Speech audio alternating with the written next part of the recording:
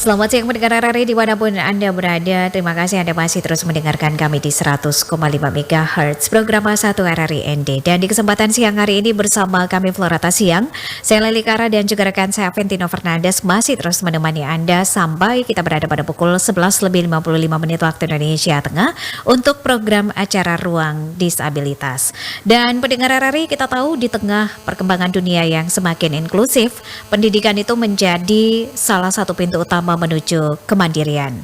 Nah, bagi difabel, pendidikan itu bukan hanya tentang belajar membaca, belajar menulis ataupun berhitung, tetapi tentang mendapatkan kesempatan yang sama untuk berkembang, berkarya dan juga menentukan masa depan mereka sendiri. Dan karena itu pendengar, di kesempatan siang hari ini dalam program acara Ruang Disabilitas, kita bicara tentang pentingnya pendidikan bagi kemandirian difabel. Dan untuk siang hari ini, untuk membicarakan hal ini, kami sudah bersama Ketua Youth of Indonesia, YUI, ada Ibu Norma Ngewi. Selamat siang. Selamat siang. Oke, Kak Norma bisa dengarkan suara saya dengan jelas? Iya, siap. Oke. Baik, Kak Norma, terima kasih di sela-sela kesibukan masih meluangkan waktu untuk bisa berbagi begitu ya, memberikan edukasi kepada pendengar RRI di program acara Ruang Disabilitas di kesempatan siang hari ini. Ya, oke. Ya, Kak Norma, bagaimana Kak Norma melihat kondisi pendidikan untuk anak-anak difabel di Flores lebih khusus begitu ya? Apakah sudah mengarah pada inklusi yang sebenarnya begitu?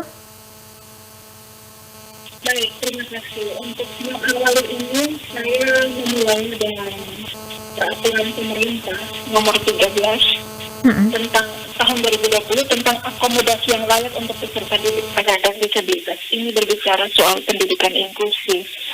Nah, yang dalam kenyataan yang kita lihat sehari-hari, nah banyak juga yang belum teman-teman disabilitas ini belum bisa berpartisipasi dalam pendidikan formal. Nah, pendidikan formal. Lalu mungkin salah satu penyebabnya adalah kesiapan tenaga guru ya.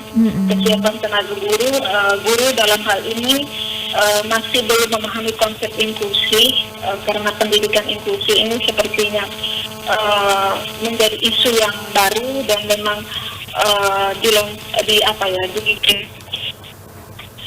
dilontarkan atau diperintahkan dari tingkat nasional, sehingga di tingkat daerah itu sepertinya rasanya seperti kesannya bahwa ini sesuatu hal yang baru dan menurut saya ini dilaksanakan dengan ketidaksiapan dalam kaitan ini dari segi tenaga guru yang belum siap sepenuhnya konsep inklusi, lalu kemudian juga lagi kepada, kalau kita melihat berkaitan dengan PP nomor 13 ini, akomodasi yang layak ya untuk peserta didik penyandang disabilitas. Nah, di sini ada poin di mana ada fasilitas yang ramah terhadap disabilitas. Nah, walaupun ini tidak menutup bahwa semuanya belum ramah, tetapi ada beberapa lembaga juga yang sudah menerima teman-teman disabilitas untuk berpartisipasi dalam pendidikan reguler. Nah, ini lebih khusus kepada teman-teman dengan disabilitas fisik atau daksa. Nah, ini kita lihat masih banyak di lembaga-lembaga reguler itu mereka bisa menerima, karena teman-teman secara mobilisasi mungkin bisa mandiri, sekalipun ada yang belum aktif, mereka mungkin pelan-pelan untuk bisa melewati tantangan itu, misalnya harus naik tangga dan lain-lain. Nah, namun belum terlihat untuk teman-teman yang dengan jenis disabilitas yang lain, misalnya tunawicara. Nah, itu kalau kita melihat itu masih ada di sekolah-sekolah khusus ya, belum juga bisa atau siap diterima di sekolah-sekolah reguler. Salah satunya adalah kesiapan tenaga guru untuk memahami atau menerima teman-teman dengan jenis disabilitas lain selain disabilitas daksa, seperti itu. Oke. Baik, jadi permasalahan utama itu adalah ketersediaan SDM begitu ya, tenaga pengajar untuk Iya, teman-teman tenaga pengajar. teman-teman kita disabilitas. Nah, untuk sarana prasarana sendiri, Kak Norma melihatnya seperti apa nih? Kalau sarana prasarana saya melihat belum ramah terhadap Belum disabilitas. ramah ya. Ya, untuk kita di ND khususnya saya melihat mungkin di fisika juga di ND tidak jauh berbeda, ya belum sepenuhnya ramah terhadap disabilitas. Oke. Nah, teman-teman disabilitas nanti ini menjadi catatan khusus. Teman-teman disabilitas yang bisa diterima di sekolah-sekolah reguler itu umumnya teman-teman disabilitas dengan jenis Fisik ya. disabilitas daksa atau fisik. Belum teman-teman dengan disabilitas jenis yang lain. Seperti itu. Oke, baik. Jadi Kak Norma sepakat begitu ya bahwa pendidikan itu penting begitu ya untuk anak-anak disabilitas yang ada di daerah kita begitu. Sepakat ya? Iya, karena begini, Mbak. Sejalan dengan tantangan kehidupan kita sekarang ini, pendidikan ini merupakan hal yang sangat penting karena pendidikan ini menjadi salah satu penentu mutu sumber daya manusia. Iya. Nah, jadi dewasa ini kita tahu bahwa keunggulan suatu bangsa atau kesejahteraan suatu daerah tidak lagi ditandai dengan melimpahnya kekayaan alamnya, melainkan pada keunggulan sumber daya manusianya. Nah, di sini penyandang disabilitas pun bahkan tak bisa menghindar dari tuntutan kualitas SDM itu. Jadi misalnya seperti ini, seorang disabilitas mungkin mau mandiri secara ekonomi misalnya di era sekarang ini, ya disabilitas itu harus bisa berproduksi, menghasilkan barang atau jasa untuk bisa bertahan hidup. Nah demikian tuntutan mutu kualitas SDM ini juga menjadi suatu penentu bagi disabilitas juga. Di sini saya mengartikan bahwa disabilitas, penyandang disabilitas juga bahkan tidak bisa menghindar dari tuntutan keunggulan SDM. Sehingga salah satu media untuk membawa disabilitas itu tidak terlalu tertinggal jauh dengan teman-teman yang lain adalah dengan akses pendidikan. Begitu. Oke, baik. Kalau tadi sudah Kak Norma sampaikan begitu ya, salah satu faktor yang yang membuat anak-anak kita, khususnya lebih-lebih adalah difabel itu adalah keterbatasan guru begitu ya untuk staf pengajar begitu ya di beberapa sekolah-sekolah khusus untuk anak-anak disabilitas di daerah kita. Iya. Nah, ini yang menjadi permasalahan. Apakah ada faktor lain Kak Norma? Anda melihat sendiri bagaimana kesiapan dari anak-anak difabel sendiri untuk belajar begitu di pendidikan formal? Apakah juga selain anak-anak disabilitas sendiri, bagaimana dukungan dari orang tua? Apakah semua orang tua menginginkan anak-anak mereka yang dalam tanda kutip difabel ini bisa memperoleh pendidikan yang layak begitu? Ya baik, ini terima kasih, ini pertanyaan yang menarik. Jadi selain tadi kita melihat dari menurut saya, kalau saya mengkaji selain faktor eksternal atau dalam artian kesiapan tenaga guru untuk teman-teman disabilitas, nah juga ini menjadi suatu permasalahan juga seperti yang ditanyakan tadi bahwa kesiapan orang tua atau keluarga ya untuk mengantar teman-teman disabilitas ini untuk bisa berpartisipasi dalam mengakses pendidikan. Nah, ini menjadi sesuatu yang juga harus terus dilakukan edukasi di keluarga-keluarga karena yang saya tahu ada teman-teman disabilitas keluarga mereka yang belum bisa, masih terpengaruh dengan pola mereka yang seperti termasuk stigma, lalu kemudian ada aib bahwa terus ada keluarga yang mereka berpikiran bahwa ketika teman-teman atau anak mereka atau anggota keluarga mereka menyandang disabilitas berarti sudah tidak punya pengharapan lagi. Nah ini juga yang menjadi suatu poin yang juga menjadi tugas kita bersama. Saya tidak menyatakan bahwa tugas kami atau lembaga-lembaga saja yang bergerak isu ini, tetapi menjadi tugas kita semua untuk memberikan edukasi kepada keluarga-keluarga ini agar menyambut dan terbuka untuk membawa teman-teman disabilitas ini. Kalau istilah saya, membawa mereka keluar dari ruang privat ke ruang publik. Jadi salah satunya itu dengan mengakses pendidikan. Nah, ini yang menjadi suatu dilema. Di satu sisi kita berbicara soal bagaimana teman-teman disabilitas ini harus mendapatkan pendidikan yang setara, yang sesuai dengan peraturan pemerintah nomor 13 ini.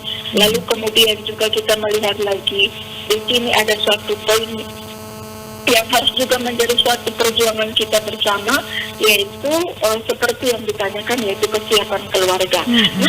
Namun ini bukan menjadi sesuatu yang melemahkan semangat kita. Ada juga keluarga-keluarga yang mungkin secara pemahaman, mungkin secara mindset mereka sudah open, sudah bisa menerima situasi, lalu kemudian juga lebih open minded ke lingkungan, sehingga ini juga yang menjadi faktor bagaimana mereka tuh lebih terbuka dan siap mengantar teman-teman disabilitas atau anak atau anggota keluarga mereka ke ruang publik, dalam arti mengakses pendidikan formal. Nah, jadi ada juga yang sudah open minded keluarga, ada juga yang belum. Nah, yang belum ini yang menjadi tanggung jawab kita semua untuk memberikan edukasi dalam bentuk apapun ketika kita bertemu atau berkomunikasi langsung dengan keluarga-keluarga yang memiliki anggota keluarga disabilitas. Seperti itu.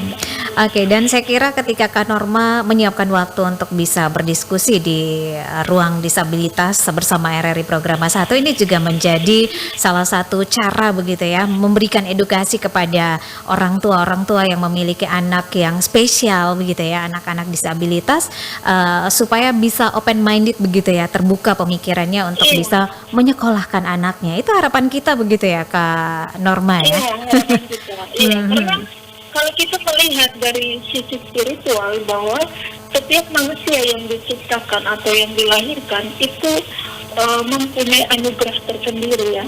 Nah, kalau kita melihat bahwa saya suka dengan salah satu bunyi ayat suci yang menyatakan bahwa jika aku lemah maka aku kuat. Artinya bahwa di dalam setiap kelemahan itu ada kekuatan. Sehingga ini hal menjadi sesuatu yang bisa memotivasi atau bisa membangkitkan rasa percaya diri bagi keluarga-keluarga yang memiliki anggota keluarga disabilitas. Apalagi saat ini pemerintah itu kita lihat pemerintah di tingkat nasional itu sangat memprioritaskan teman-teman disabilitas ini untuk mengakses pendidikan formal.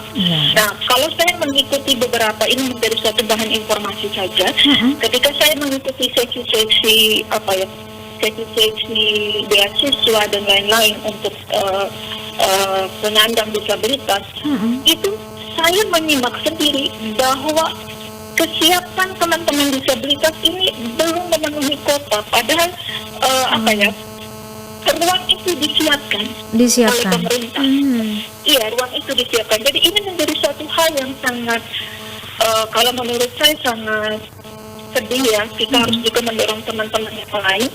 Karena memang sampai dengan saat ini berita terbaru saya mengikuti sesi dari bulan kemarin, itu kuota untuk penerima beasiswa penyandang disabilitas yang disiapkan oleh kementerian itu masih sangat terbuka lebar.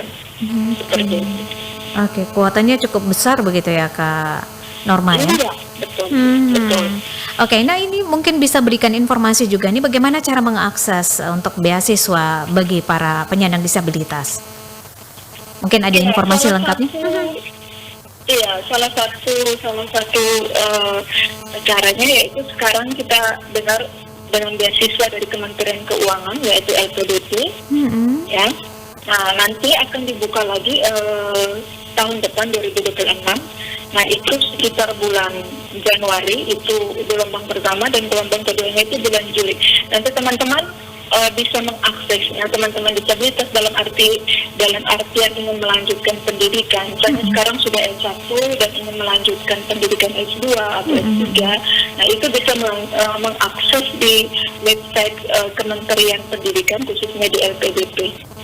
Oke. Ya, website LPDP. Di situ ada sekali peluang-peluang khusus untuk teman-teman disabilitas di mana saja berada yang ingin melanjutkan pendidikan. Ini peluang yang sangat besar bagi teman-teman penyandang disabilitas karena masih tersedia kuota yang sangat besar untuk teman-teman disabilitas, sehingga tidak perlu ragu, tidak perlu bingung. Pemerintah menyediakan ruang untuk teman-teman agar bisa mengakses pendidikan yang lebih tinggi untuk menjadi salah satu mempersiapkan teman-teman ini di daerah masing-masing untuk membangun daerahnya masing-masing dengan meningkatkan mutu kualitas sumber daya manusia. Baik, Kak Norma, kita akan lanjutkan kembali obrolan kita. Kami minta untuk tidak matikan telepon karena kita break dulu ya. Ada satu nomor lagu ini juga sebagai ucapan terima kasih dari RRI ND untuk Kak Norma dan juga untuk pendengar RRI yang sudah meluangkan waktu untuk selalu mendengarkan RRI ND. Siap.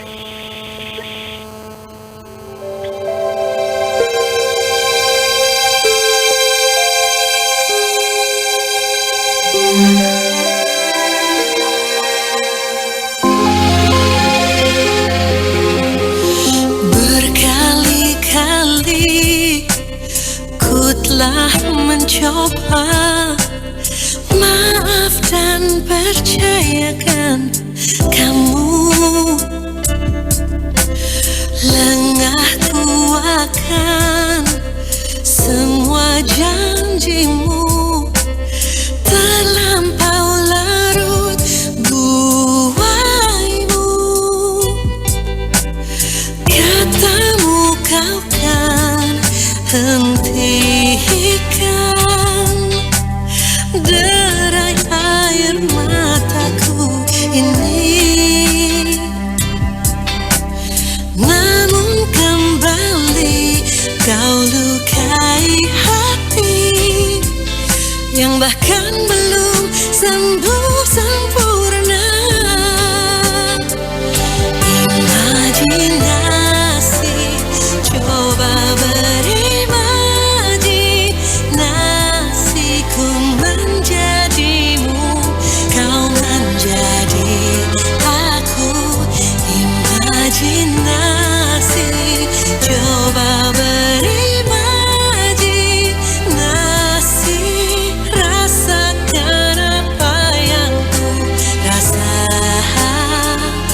ini bagai luka namun tak berdarah.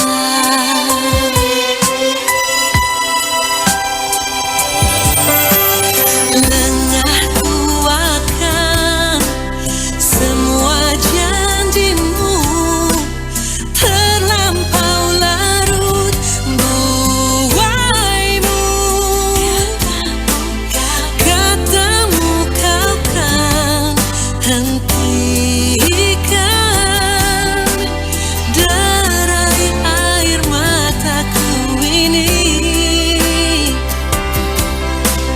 namun kembali kau lukai hati yang bahkan belum sembuh sempurna.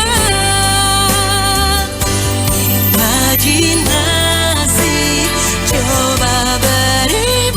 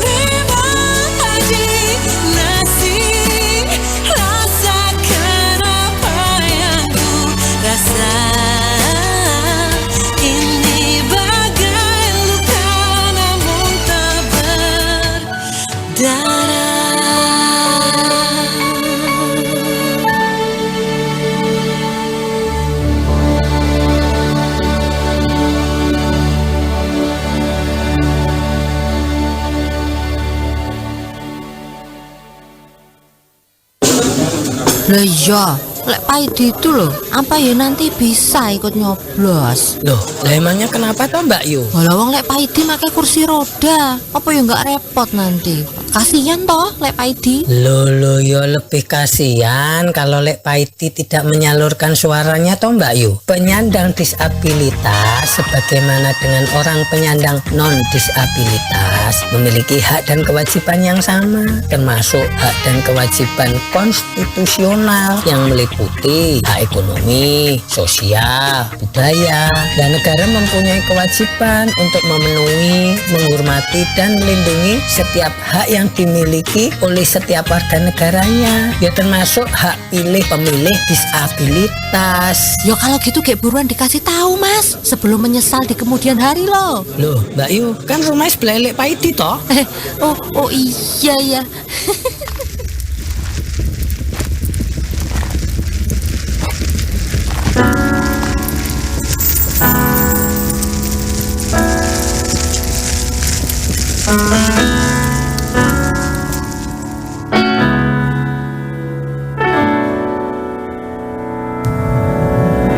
Bagaimana bisa kau jatuh cinta dengannya?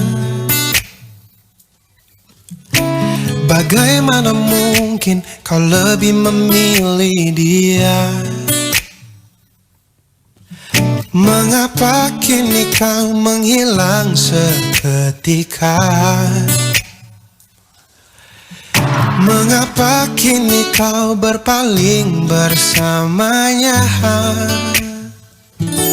Dulu kau bilang ku akhir penantian, dulu kau bilang ku akhir pencarian, dulu kau bilang akulah segalanya. Semua hanya janji yang tidak kau tepati. Kini nyatanya pergi memilihnya, kini nyatanya lihat kau bersamanya. Kini nyatanya ku harus penuh luka. Semua hanya janji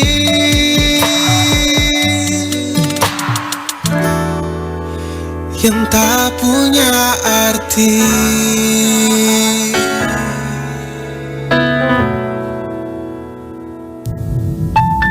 Bagaimana mungkin kau mempermainkan semua?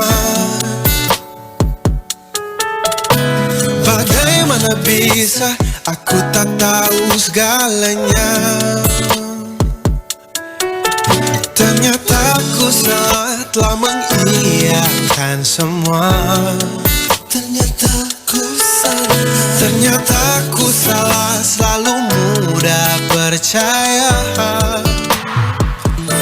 Dulu kau bilang ku akhir penantian, dulu kau bilang ku akhir pencarian, dulu kau bilang akulah segalanya. Semua hanya janji yang tidak kau tepati. Kini nyatanya pergi memilihnya, kini nyatanya lihat kau bersamanya. Kini nyatanya ku harus penuh luka. Semua hanya janji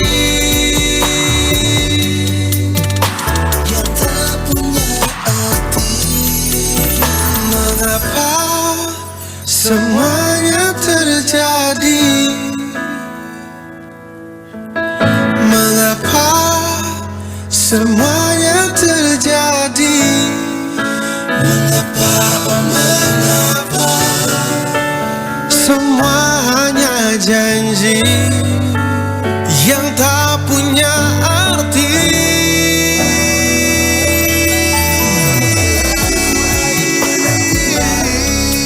Kau bilang ku akhir pencarian, dan kau bilang semua segalanya yang tidak kau tepati. Kini nyatanya kau pergi memilihnya, dan kulihat kini kau bersamanya.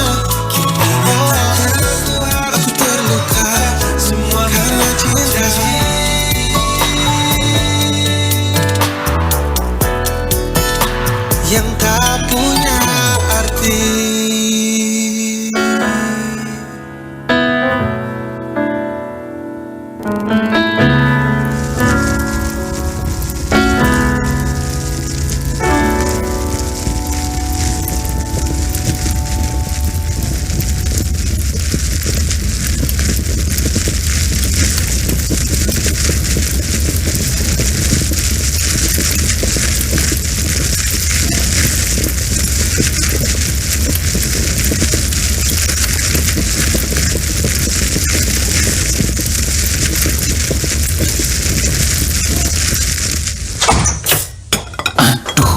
donatku jatuh. Ambil lagi nggak ya? Tapi belum 5 menit. Sayang kan? Hayo ngaku deh, pasti kita juga pernah kepikiran kan kalau belum 5 menit makanan yang jatuh masih bebas kuman. Ternyata gak cuma orang Indonesia yang mikir begini loh, orang-orang barat juga punya pemikiran yang sama kayak kita. Bedanya kalau kita percaya aturan 5 menit, tapi orang barat percaya aturan 5 detik. Tapi mau 5 menit kek, mau 5 detik kek, sebenarnya aman gak sih makan makanan yang udah jatuh? Menurut penelitian dari Paul Dawson dari Clemson University, jangankan 5 detik, apalagi 5 menit, makanan yang udah jatuh akan terkena kuman seketika itu juga. Tapi menurut penelitian dari Aston University, Anthony Hilton membuktikan bahwa jumlah kuman yang menempel pada makanan yang jatuh baru akan bertambah setelah 5 detik. Bisa dibayangin dong, ketika nggak segera diambil, ada berapa banyak jumlah kuman yang akan nempel. Belum lagi kalau permukaan lantainya basah atau lembab. Mendingan diikhlasin aja deh.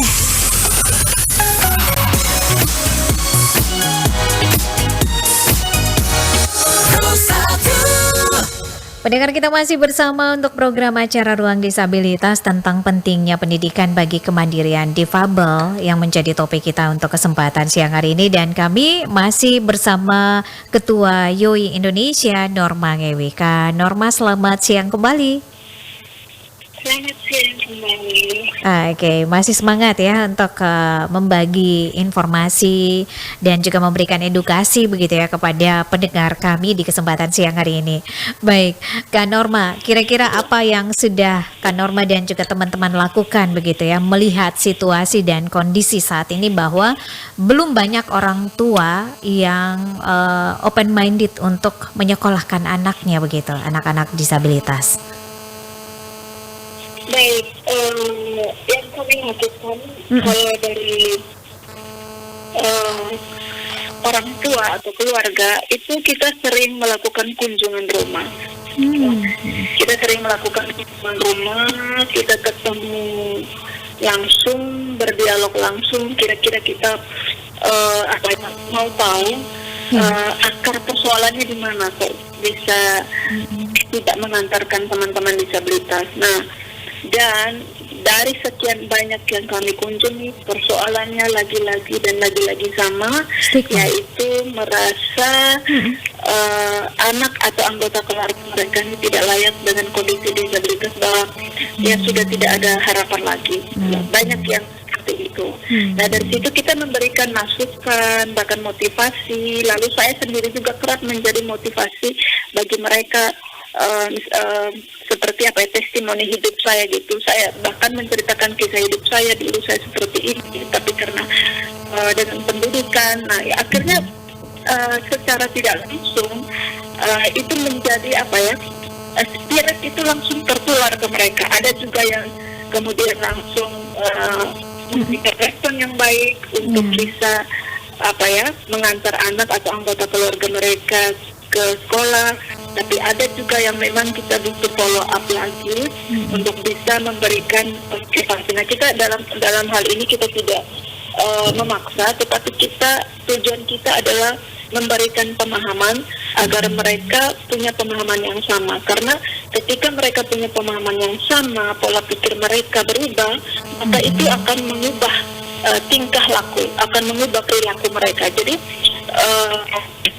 kami hanya sebatas untuk di keluarga kami hanya sebatas memberikan suatu motivasi, bahkan saya sendiri kerap turun untuk menjadi motivasi hidup bagi mereka bahwa ini loh, saya yang model seperti ini sama seperti anak bapak atau keluarga bapak bisa seperti ini. Nah, itu menurut saya sangat efektif karena mereka langsung melihat ada suatu kesaksian hidup di tengah-tengah mereka, ya, sehingga langsung dengan cepat cepat merespon, tapi ada juga yang ya kita masih butuh pelan-pelan untuk follow up lagi, dan inilah prosesnya. Tapi kami begitu menikmati ini. Nah, itu di kalangan keluarga. Lalu kita bicara soal untuk di lingkungan sekolah sendiri. Nah, itu yang biasa yang kami lakukan itu lagi-lagi kepada kita tidak sedang menjustifikasi orang atau lembaga tertentu, tapi yang kita lakukan adalah memberikan karena sistem ini kan terpola sejak dulu. Bahwa di kampus ini kalau saya bilang mengalami diskriminasi yang persisten, sehingga ketika kita mau mengubah itu maka kita harus melakukan edukasi, karena kita juga tidak menyalahkan pihak-pihak lain karena memang ini terpola sejak zaman dulu. Sehingga yang kami lakukan adalah memberikan edukasi. Kami ke sekolah-sekolah melakukan sosialisasi, terus terhadap yang pertama terhadap anak-anak didik, peserta didik. Jadi kita koordinasi dengan kepala sekolahnya atau juga kemarin dengan rektor. Lalu kita komunikasi untuk memberikan sosialisasi bagaimana sekolah harus memberikan warna baru. Sekolah reguler itu harus memberikan warna baru menjadi sekolah yang memberikan itu silakan menerima disabilitas ini. Jadi yang kami berikan adalah selama ini banyak pemahaman yang salah ketika berbicara soal sekolah inklusif. Itu banyak sekali ada pemahaman yang salah bahwa sekolah inklusif itu berarti memberikan bangunan secara fisik ya tersendiri untuk teman-teman ini untuk bisa mengakses pendidikan. Nah, ternyata itu karena ini banyak orang memahami seperti itu. Namun kami menyampaikan bahwa pendidikan inklusi itu tidak mensyaratkan berdirinya bangunan sekolah yang baru atau khusus, melainkan sekolah-sekolah formal atau reguler ini memberikan akses bagi penyandang disabilitas untuk dapat mengikuti pendidikan secara bersama-sama. Dalam hal ini ada kaitannya dengan menghargai perbedaan, kesetaraan, dan pentingnya inklusivitas ini. Nah, di sini poin yang sangat penting yang kami tekankan adalah bagaimana lagi-lagi kepada kesiapan tenaga guru, terus fasilitas yang ada. Nah, ini misalnya ada tenaga mahasiswa atau peserta didik yang mengalami tunanetra ya. Nah, bagaimana teman-teman yang ada di sekolahnya atau di kampusnya atau guru-guru atau dosennya, misalnya hal yang paling penting dalam kaitan dengan etika. Tidak mungkin ditarik-tarik yang teman yang tunanetra, tetapi bagaimana ada teman-teman tunanetra, etika yang baik untuk mereka. Ya, kita yang non-difabel berdiri di depan, lalu mereka yang tunanetra akan berjalan di belakang mengikuti kita. Nah, itu etika yang baik. Nah, ini juga menjadi satu pemahaman yang terbuka bagi mereka ketika kita menyampaikan hal itu, karena memang di kampus itu juga ada teman disabilitas juga yang menjadi mahasiswa di kampus tersebut, sehingga di situ menjadi satu pemahaman terbuka teman-teman yang iya ternyata harus begitu. Nah, ini kan menjadi poin yang sangat luar biasa ketika hal-hal tersebut diedukasikan dan ini menjadi sesuatu yang sangat bermanfaat.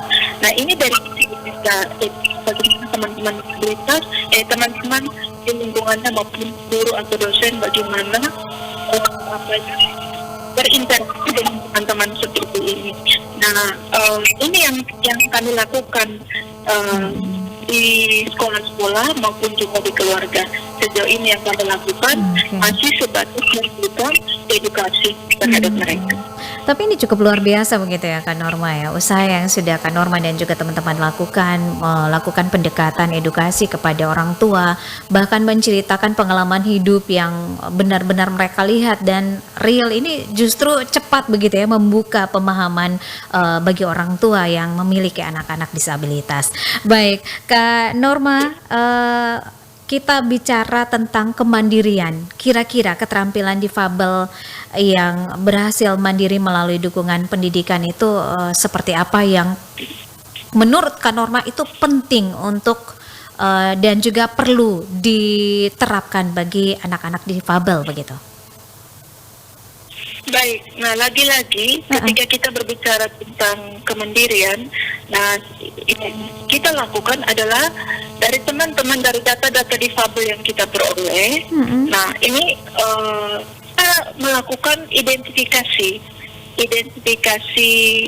kebutuhan atau identifikasi kira-kira apa yang dia perlukan. Misalnya ada juga teman-teman yang memang belum beruntung di dalam bidang akademik, ini kita bisa melakukan pengembangan kapasitas sesuai dengan kemampuan mereka. Misalnya keterampilan-keterampilan ya, seperti ya keterampilan membuat perabot dari bambu, kemudian bisa melibatkan mereka juga dalam program-program yang sekarang ada di desa, atau mengorganisir mereka dalam kelompok kecil, misalnya kelompok-kelompok teman-teman yang memang belum beruntung dalam bidang akademik, kita mengorganisir mereka dalam kelompok difabel di desa, dan itu dapat terakomodir dalam anggaran dana desa, misalnya untuk pemberdayaan atau usaha UMKM sesuai dengan hobi atau keterampilan mereka. Nah, dengan demikian